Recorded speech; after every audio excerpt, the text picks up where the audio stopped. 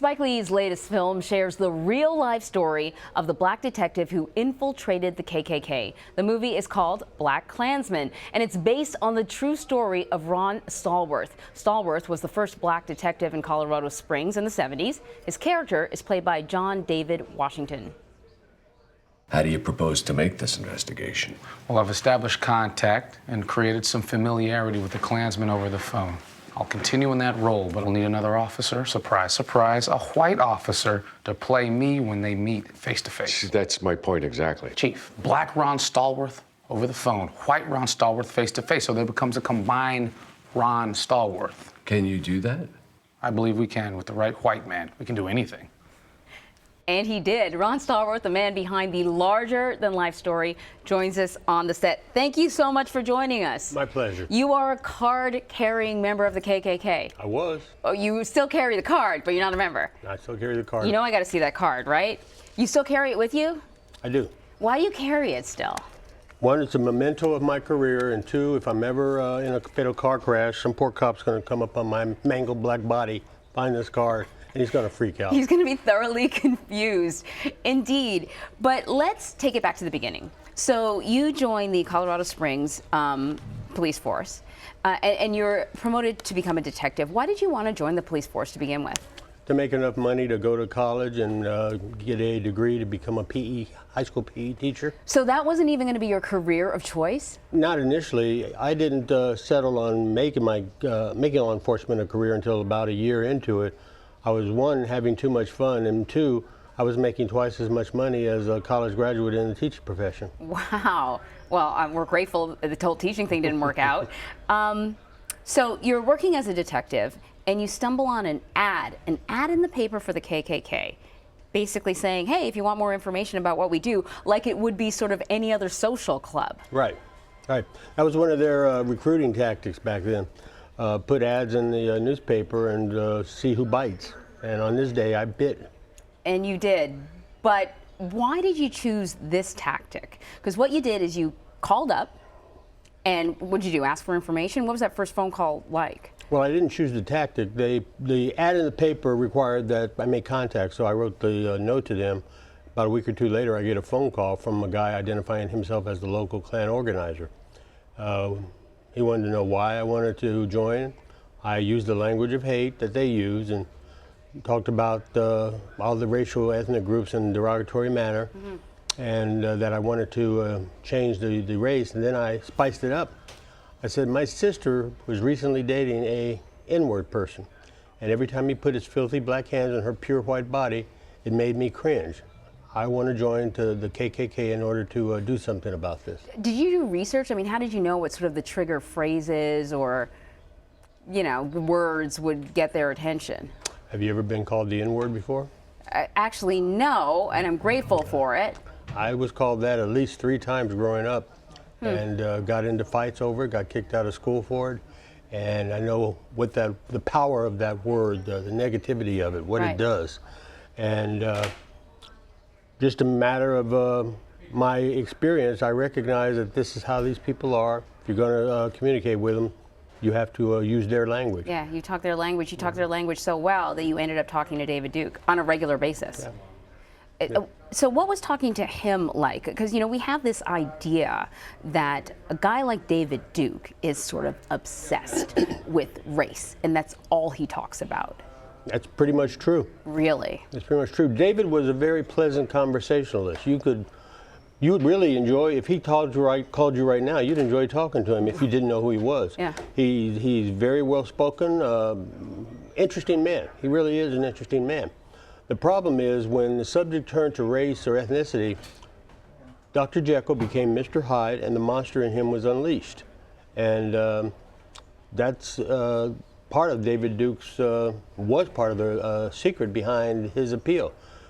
He was the person with the all-America boy image. Right. You know, Mom would love for you to come home with this kind of guy. He presented that image. But once the subject got to be on race or ethnicity, he became a monster. Did it sound like you were talking to almost 2 different people once that subject switched over? No. No. Okay. No, because it doesn't take long for it to switch over. When I was talking to him on the phone, it'd be seconds. When the subject of race would come up. Most of the time I brought it up, but he ran with it. He did not, part of his appeal back then was he was changing the image of the Klan from the traditional stereotype of the fat, beer drinking, tobacco chewing, good old boy Southerner, to this laid back, relaxed, three-piece suit wearing, professional speaking individual. That was his image, and people were appealed by that. And what David was doing was David was trying to remake the Klan into, make it into a political movement, which he later got into politics as a result. But David was an interesting man.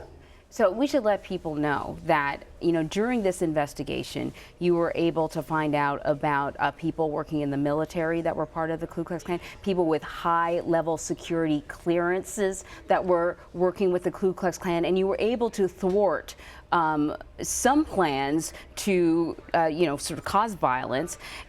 You also, almost in a way, were kind of like trolling them. We call it trolling now. But you had a conversation with David Duke saying, did you ever worry about being tricked by, say, a black person calling you up? And he said, no, because I know what black people sound like. Yeah, except he used the N-word. Right. As I did. Yeah, he said, no, I know how to tell whether I'm talking to a N-word person or not. I said, how? He said, well, they don't speak the English language the way it was meant to be spoken, like us pure Aryan white people. I said, I don't understand. So then he said, take the word R. He said, an N-word person will pronounce it ara, ara. Whereas I don't know where that comes from, but okay. Pure Aryan whites, we pronounce it the way it was meant to be pronounced. We say R. So whenever you're talking on the phone to somebody that you don't know their background, get them to say that word. It's a dead giveaway as to who and what they are. I thanked him profusely. He liked to be fawned over, like Trump. I thanked him profusely and told him from now on, Mr. Duke, whenever I talk to somebody on the phone, I will get them to say that.